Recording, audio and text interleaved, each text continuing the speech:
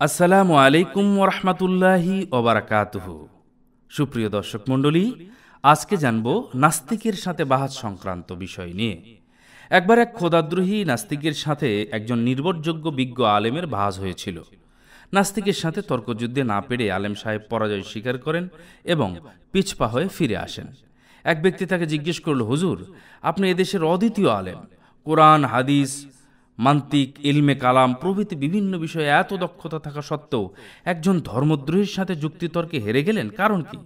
তিনি উত্তর দিলেন, বাবা, আমার ইলম, কোরআন, হাদিস এবং বুজুর্গানে দিনদের সিদ্ধান্ত থেকে হাসিল করেছি। এসবের কোনোটাই সে বিশ্বাস করে না এবং মানেও না। সে যখন ধর্মের মূল্যবান মন্তব্য মন দিয়ে শোনে না, তখন তার বাজে মন্তব্য শুনে আমার কি লাভ? কোরআন হাদিসে নাই বিশ্বাস যার, উত্তর না দেওয়াটাই উত্তম তার।